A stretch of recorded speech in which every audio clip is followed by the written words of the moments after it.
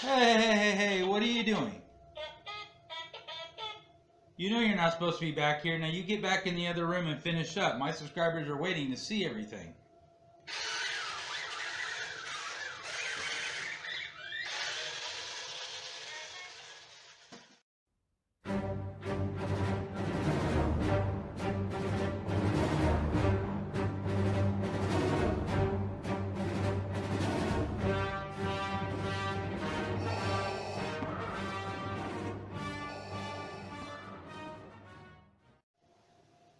Hey everyone, Scooby-Doo here and welcome to a new video.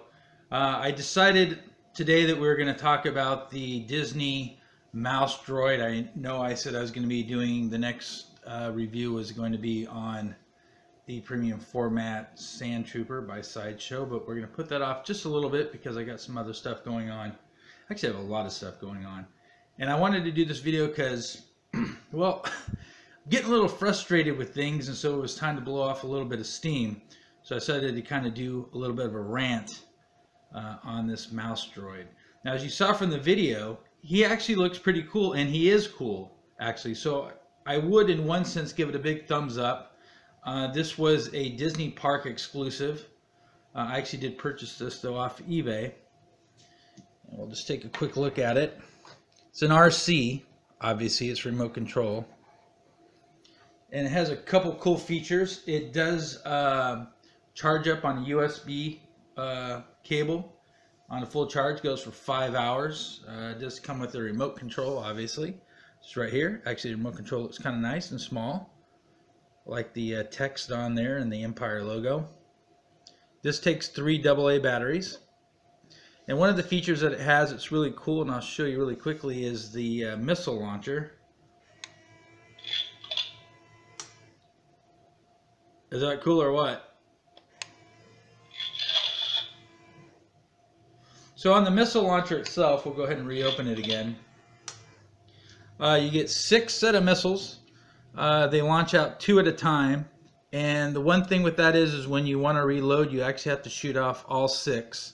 And then it resets, and then you can actually put the little, I don't really want to shoot it off, but, well, because I'm going to shoot myself. Let's just go ahead and do this really quickly, I guess. Hope nothing gets damaged. Ah! Ah! Alright, so now I can actually reload them after I pick them up all off the ground. Maybe we'll close this back. So with this RC droid, goes forward and back, and it does have a right and left, but it's not very tight turned.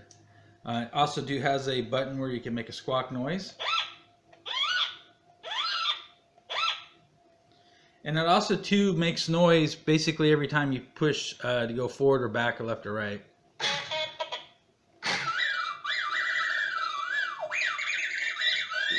Which that part of it is annoying, especially if you're trying to operate this in a house with not too large of a quarters to move around in.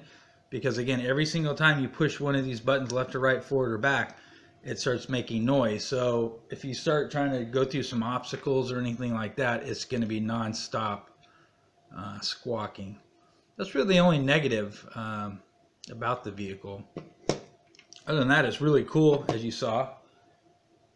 And it's going to look great in the room, except for one thing, and that's what I wanted to kind of rant about. I'll try not to use any foul language, and I'll try to really keep it to constructive criticism opposed to ranting. This vehicle here, I have no idea what size it is. It's actually where the USB plugs in right here. When Disney made this, which owns Star Wars, so they had the archives to know exactly how big a mouse droid should be, they just decided to make it this size, which is not 1-to-1 scale. It's not prop replica scale. It's just whatever it was they decided to design it. This is a little bit over 6 inches, and I do believe the full-size mouse is 9, so we're talking 3 inches, my friend. 3 inches. So Disney decided to make this, and they made it 3 inches too small. Now, I would say 3 inches, I'd probably say on the length, the width, and the height. And then you would have a prop replica droid. And it's not like we really get a lot of chance to get prop replicas. I think really the only ones I can think of are the helmets and the lightsabers, and I guess maybe the little microphone telecom, or the comlink that they make. I believe that's probably prop replica size, I'm thinking. And that's about it. Everything else is just different sizes, 1/6, quarter scale. You can get a life-size R2 and different things, which we're going to talk about that as well in just a moment. But then you're talking about $5,000 or $6,000 to buy a retail type of droid. So they went ahead and decided just to make this 6.5 inches just for, I have no idea. This would have looked so cool in the room if it was the proper size. It still looks fine. I'm not knocking it. I think if you're a Star Wars collector and you got room and you got an extra 50 or 60 bucks, I'd say go ahead and get it. But why the 3 inches short? Why not just make it the right size? That is just kind of, I don't understand it. It's the same with the BB-8 by Spin Master. They did the exact same thing.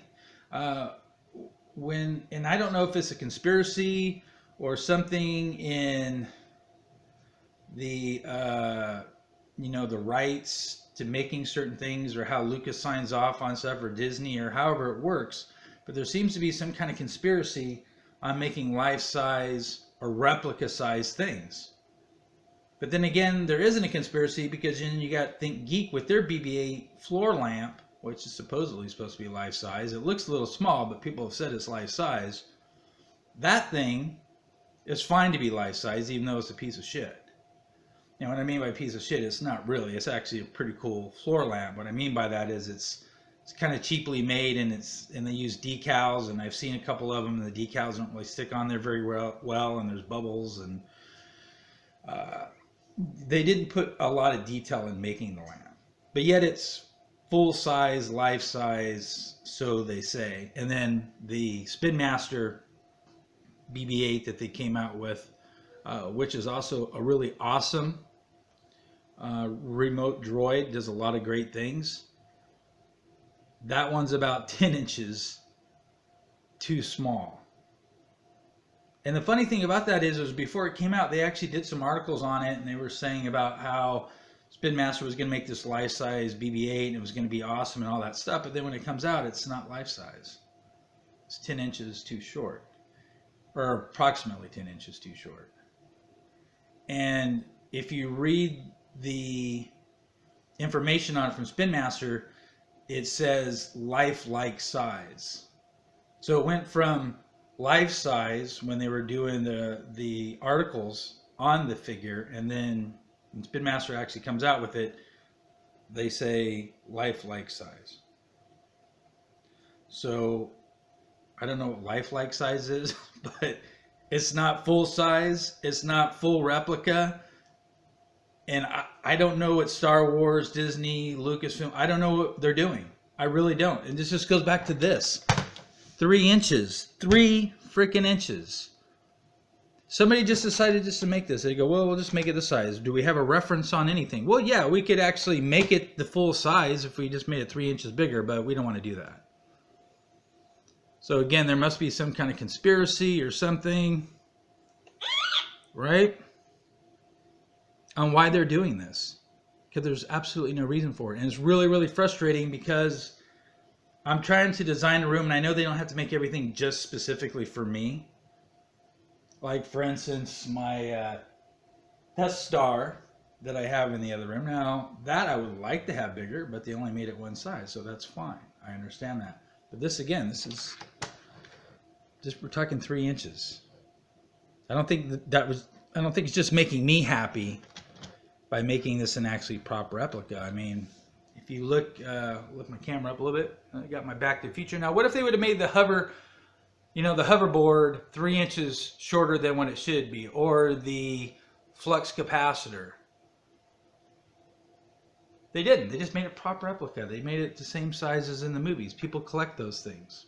And again, I understand you can't have a prop replica AT-AT walker. That'd be the size of larger than your house. I understand that. But on something like this where you can actually do it, they decided, nah, we won't do it. On the BB-8, nah, we won't do it. But we will do it on the floor lamp. So anyways, this was kind of a rant. It's kind of not, because this is still a really cool item. It's just frustrating because when I came across this, I was like, oh, this would go so great in the room. And it kind of looks small. Other review people really didn't say much about the size as far as compared to the original, but it did look small, and I decided to go ahead and get it anyways. And in the room, it does, I don't know, it just would look much better if it was full size, and there's absolutely no reason why they couldn't have added 3 inches to it. I mean, there was room in the box. I already threw away the box. I decided to keep the box in this, but there was 3 inches in the box of just air that they could have just used the same size box. It wouldn't have made this really any heavier. They could have kept the same size chassis down below. So